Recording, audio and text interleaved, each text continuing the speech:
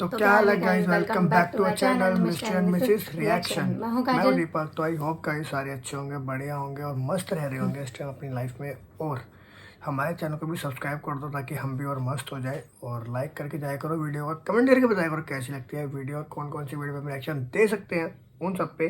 آج کا جو ٹائٹل ہے ہماری ویڈیو کا وہ ہے سائنٹسٹک میریکل آف کعبہ.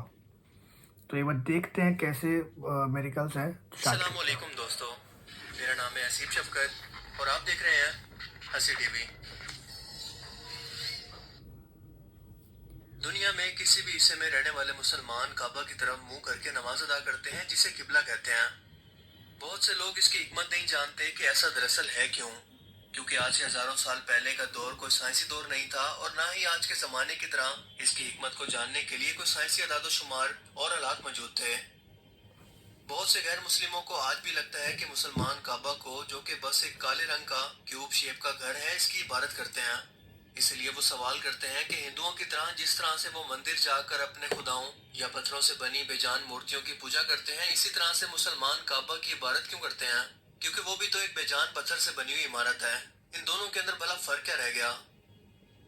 دوستو، اسلام میں ایک اصول ہے کہ اگر دنیا کے کسی بھی کونے کے اندر کوئی مسلمان موجود ہے اور وہ نماز پڑھنا چاہتا ہے مگر اسے قبلہ کی ڈائریکشن کا علم نہیں اور نہ ہی اس کے پاس اس کے جاننے کا کوئی طریقہ موجود ہے، تو پھر کسی بھی طرف منہ کر کے وہ نماز پڑھ سکتا ہے جو ڈائریکشن اس کے لیے سب سے زیادہ ایکوریٹ ہو. کیونکہ اللہ پاک قرآن کریم کے اندر فرماتے ہیں اور مشرق اور مغرب سب خدا کا ہی ہے، تو جدھر تم رخ کرو ادھر خدا کی ہی ذات ہے. بے شک خدا صاحب وسعت اور باخبر ہے. اس آیت مبارکہ سے ہمیں پتہ چلا کہ کعبہ کی طرف منہ کرنے کا مقصد مسلمانوں کو متحد یا اکٹھا کر کے ایک بنانا ہے. کیونکہ ایک جگہ اگر مسلمانوں کے مجمع کو نماز ادا کرنی پڑے تو کوئی شخص اپنی مرضی سے مشرق کی طرف، کوئی مغرب کی طرف، کوئی شمال اور کوئی جنوب کی طرف منہ کر کے اپنی مرضی سے نماز پڑھنے کو ترجیح دے گا. اس لیے قبلہ ایک ڈائریکشن ہے سب مسلمانوں کو اکٹھا کر کے ایک لائن کے اندر لانے کے لیے. سو اس کا مقصد کعبہ کی عبادت ہرگز نہیں ہے، جس کا ثبوت ایک صحیح حدیث بھی ہے. صحیح مسلم کی حدیث کے مطابق حضرت عمر رضی اللہ تعالیٰ عنہ نے ایک بار حجر اسود، جو کہ جنت سے لایا گیا ایک کالا پتھر ہے، اس کی طرف اشارہ کر کے فرمایا، اے حجر اسود، تو نہ تو مجھے کوئی فائدہ دے سکتا ہے اور نہ ہی کوئی نقصان پہنچا سکتا ہے. میں بس تجھے اسی لیے چوم رہا ہوں کیونکہ میرے نبی نے بھی تجھے بوسہ دیا.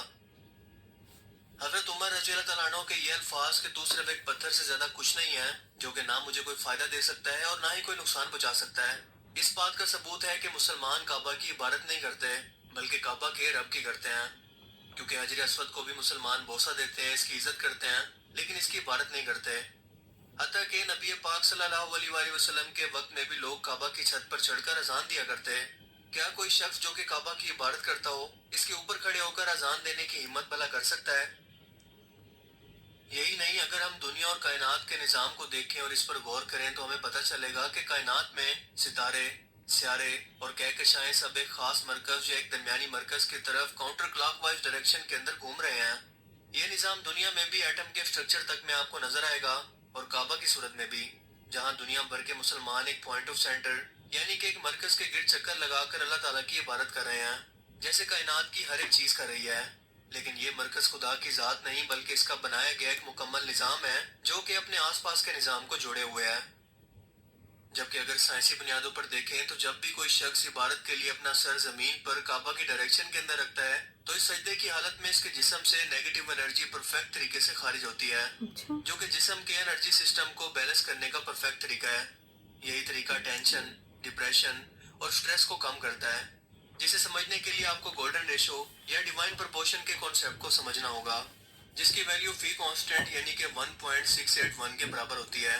جس کے بارے میں بس اتنا کہوں گا کہ پوری دنیا و کائنات کا نظام ایک اسپیسیفک فارمولے یا ایک نومیریکل ویلیو پر بنایا گیا ہے جس کے اندر انسان کا جسم بھی شامل ہے. آپ کو پوری دنیا و کائنات کے اندر اور ایون کے نیچر کے اندر ہر جگہ پر بس یہی ایک فارمولہ نظر آئے گا.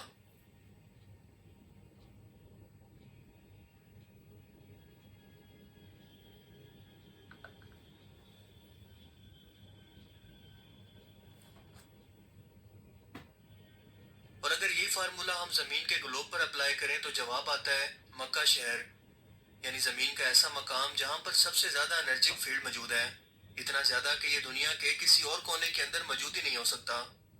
حتیٰ کہ سیٹلائٹ سے دیکھنے پر بھی اس کو محسوس کیا جا سکتا ہے. एस्ट्रोनॉट भी इस बात का इतराफ करते हैं कि काबा से एक खास किस्म का एनर्जिक फील्ड हर वक्त खारिज होता रहता है। अच्छा। और बतौर मुसलमान हम ये बात जानते हैं कि काबा की डायरेक्शन के ऊपर यानी कि 7 आसमानों पर एक और काबा या अल्लाह ताला का घर मौजूद है जिसे बैतुल मामूर कहते हैं।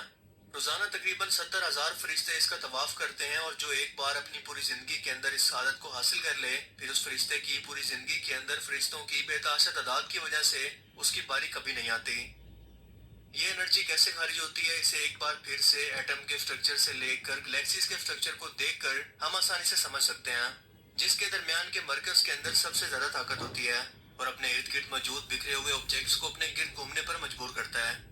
बिल्कुल हमारे सोलर सिस्टम में मौजूद सूरज की तरह, जिसके गिर्द सियारे जिसमें हमारी जमीन भी शामिल है, सूरज की पावरफुल ग्रेविटी फोर्स की वजह से इसके गिर्द घूम रहे हैं और सूरज जमीन की नेगेटिव एनर्जी को लेकर इसे पॉजिटिव एनर्जी दे रहा है ताकि जमीन पर जिंदगी का वजूद बाकी रह सके।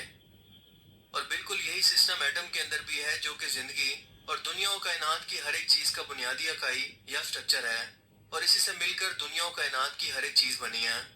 इसीलिए काबा का तवाफ करने पर यानी कि एक सेंटर पॉइंट के गिर्द घूमने पर एक पॉजिटिव एनर्जी आपके जिस्म के अंदर दाखिल होती है। साइंटिफिक रिसर्च हमें ये बताती है कि एक आम इंसान दिन भर के अंदर बहुत सारी इलेक्ट्रोमैग्नेटिक वेव्स का सामना करता है, जो कि इसके लिए बहुत खतरनाक है और सामने के दिमाग के हिस्से में दाखिल होकर डिप्रेशन, सर दर्द, सुस्ती और दिमागी तनाव या स्ट्रेस की वजह बन सकती है। दिमाग के इसी हिस्से से हमारा जिस्म पॉजिटिव और नेगेटिव एनर्जी को हासिल करता है और दिमाग के इसी सामने के हिस्से को जमीन पर रखकर इस नेगेटिव एनर्जी को आसानी से खत्म किया जा सकता है। लेकिन ये प्रोसेस उस वक्त काफी बढ़ जाता है जब सबसे ज्यादा एनर्जी रखने वाले जमीनी हिस्से की तरफ ऐसा किया जाए, जो कि सिर्फ और सिर्फ काबा है। डॉक्टर एंड्रयूज न्यूज़बर्ग ने दिमाग की इन्हीं एक्टिविटीज को नमाज के दौरान नापने की कोशिश की, तो वो ये जानकर हैरान रह गया कि नमाज के दौरान इस शख्स के दिमाग पर सीधा ये एनर्जी असरअंदाज हो रही है, जिसकी वजह से फ्रंटल लोब या दिमाग का सामने का हिस्सा उम्र गुजरने के साथ साथ सुकड़ता नहीं है, जिसका मतलब कि दिमाग के इस हिस्से के जिम्मे काम जो कि है पढ़ना लिखना और याददाश्त, वो भी मुतासर नहीं होते और बुढ़ापे के अंदर भी आपकी याददाश्त को कमजोर होने से बचाकर आपको कुदरती तौर पर मेडिटेशन को फराहम करता है। क्या आप यकीन करेंगे कि आर्कियोलॉजिस्ट की तहकीक के मुताबिक बिलिस पत्थर, जो कि मक्का मुकरमा के अंदर मौजूद है, दुनिया के सबसे पुराने या कदीम पत्थर हैं। जब साइंटिस्ट ने यहाँ से सैंपल लेकर इकट्ठा किया तो पता चला कि ये जमीन की शुरुआत के वक्त या जमीन के बनने से भी पहले के पत्थर हैं, जो कि हमारे सोलर सिस्टम के अंदर कहीं पर मौजूद थे और जमीन के बनने की शुरुआत के वक्त जब एस्ट्रॉयड जमीन की सतह से टकरा रहे थे, तब ये पत्थर इसी लोकेशन पर आकर गिरे। इसीलिए आज भी काबा के 3 पत्थर के टुकड़े ब्रिटिश म्यूजियम के अंदर मौजूद हैं, क्योंकि साइंटिस्ट का मानना है कि ये पत्थर हमारे सोलर सिस्टम से कहीं से आए हैं, जिस वक्त जमीन का वजूद भी नहीं था। जमीन पर काबा की लोकेशन या लैटिट्यूड 21 डिग्री और 25 डिग्री है, लेकिन क्या आप यकीन करेंगे कि कुरान करीम के अंदर काबा को बयान करने की सूरत का नंबर भी 2125 ही है, जिसके अंदर अल्लाह पाक फरमाते हैं कि जब हमने खाना काबा को लोगों के जमा होने और अमन पाने की जगह मुकर्रर किया और हुक्म दिया कि जिस मकाम पर इब्राहिम खड़े हुए थे इसको नमाज की जगह बना लो, और इब्राहिम और इस्माइल को कहा कि तवाफ करने वालों और इत्तिकाफ करने वालों और रकू करने वालों और सजदा करने वालों के लिए मेरे घर को पाक साफ रखा करो। जबकि कोमा के बाद की वैल्यूज को अगर हम परसेंटेज के अंदर बदलें तो हमारे पास जवाब आता है 21.42, जिसे अगर कुरान करीम के अंदर तलाश करें तो दूसरी सूरत की आयत 142 के अंदर एक बार फिर से काबा का ही जिक्र है, जिसके अंदर अल्लाह पाक फरमाते हैं, अहमक लोग कहेंगे कि मुसलमान जिस किबले पर पहले से चले आते थे अब इससे क्यों मुंह फेर बैठे। तुम कह दो कि मशरिक और मगरिब सब खुदा का ही है और वो जिसको भी चाहता है सीधे रास्ते पर चलाता है। क्या ये सिर्फ मैथमेटिकली तौर पर महज इत्तफाक हो सकता है? अगर साइंटिफिकली तौर पर बात करें तो इसका चांस 10,000 में से सिर्फ एक बार मुमकिन है, लेकिन अल्लाह ताला की हिकमत से कुछ भी मुमकिन है। इसीलिए मुसलमानों को अल्लाह ताला की जात का हर हुक्म बिना किसी सवाल और शक व शुबात के मानना चाहिए, क्योंकि इसके हर हुक्म के पीछे एक मसलियत और हिकमत जरूर होती है जो कि आसानी से समझ नहीं आती। इसीलिए तो अल्लाह पाक फरमाते हैं कि वही लोग दुनिया और आखिरत के अंदर कामयाब हुए जो देखी और अनदेखी दोनों चीजों पर ईमान लाए, जिसका खुदा ने हुक्म दिया, और अनदेखी इसकी जात भी है जिस पर हम बिना देखे और बिना कोई सवाल किए इसके वजूद पर ईमान लाते हैं। मुझे उम्मीद है कि आज की इस वीडियो से आपको बहुत कुछ नया जानने को मिला होगा। मुझे तो काफ़ी कुछ जानने को मिला नया, ये तो है। मतलब काफ़ी अच्छी वीडियो थी और काफ़ी नॉलेज भी मिली इस वीडियो से कि क्यों मक्का मदीना वापस थे तो क्या है। बाकी आपको कैसी लगी कमेंट करके बताना हमारी वीडियोस पे, और सब्सक्राइब कर लेना जितनी भी आने वाली वीडियो उनको देखने के लिए। बाकी मिलेंगे किसी अगली वीडियो में, तब तक के लिए बाय बाय, शब्बा खैर और गुड नाइट।